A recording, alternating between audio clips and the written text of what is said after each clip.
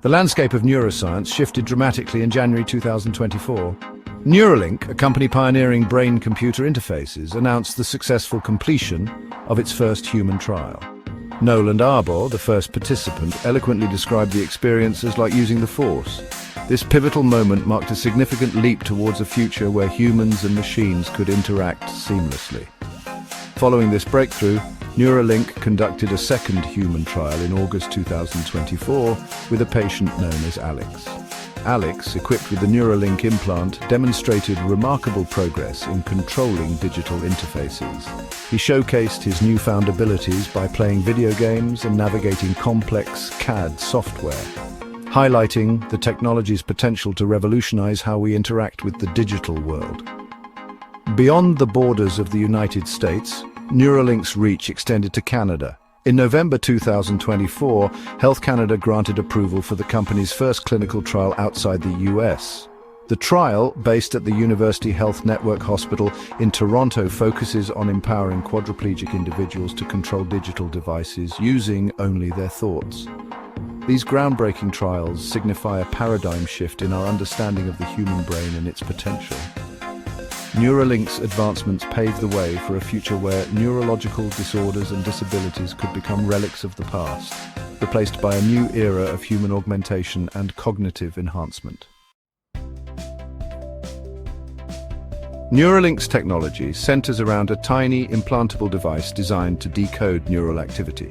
This device, surgically implanted into the brain, acts as a bridge between the human mind and the digital realm. The implant's primary function is to record and interpret brain signals, translating them into commands that can control external devices. The immediate goal of Neuralink's technology is to provide individuals with severe paralysis a means to interact with the world around them. By enabling them to control computers, smartphones, and assistive devices, Neuralink aims to restore their independence and enhance their quality of life. The technology holds the potential to revolutionize communication for people with locked-in syndrome, allowing them to express themselves and connect with loved ones. The chip's functionality relies on a network of ultra-thin electrodes that penetrate the brain's surface, detecting the electrical signals generated by neurons. These signals are then processed and amplified by the implant, transmitting them wirelessly to external devices. The user can control these devices simply by thinking, bypassing the need for physical movement. While the technology is still in its early stages, the progress made so far is nothing short of remarkable. The ability to control a computer cursor or a prosthetic limb with thought alone represents a paradigm shift in human-computer interaction.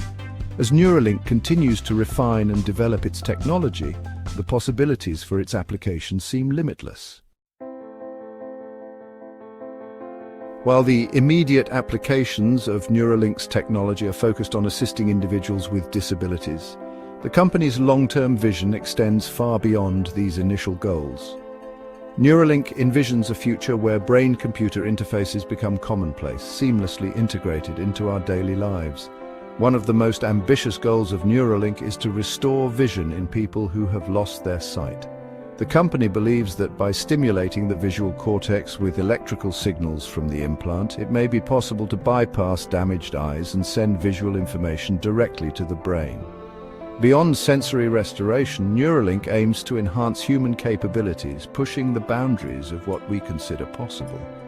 Imagine a future where we can download knowledge directly into our brains, communicate telepathically, or control our environment with the power of thought. While these ideas may seem like science fiction today, Neuralink believes they could become reality in the not-so-distant future. However, alongside these exciting possibilities come significant ethical considerations.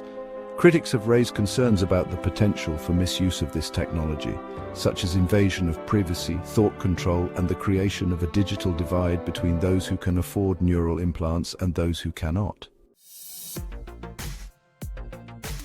As with any groundbreaking technology, Neuralink's advancements have sparked intense ethical debates. The idea of implanting a device into the human brain raises concerns about privacy, security, and the very essence of what it means to be human. One of the most pressing concerns is the potential for hacking. If a device can send and receive information to and from the brain, it's crucial to ensure that it's secure from unauthorized access. A breach in security could have devastating consequences, potentially allowing malicious actors to manipulate thoughts, steal personal information, or even cause physical harm. Another ethical consideration is the potential for widening the gap between the haves and have-nots. Neuralink's technology is likely to be expensive, at least initially, potentially creating a new form of inequality. If access to cognitive enhancement becomes limited to the wealthy, it could exacerbate existing social divisions and create a two-tiered society.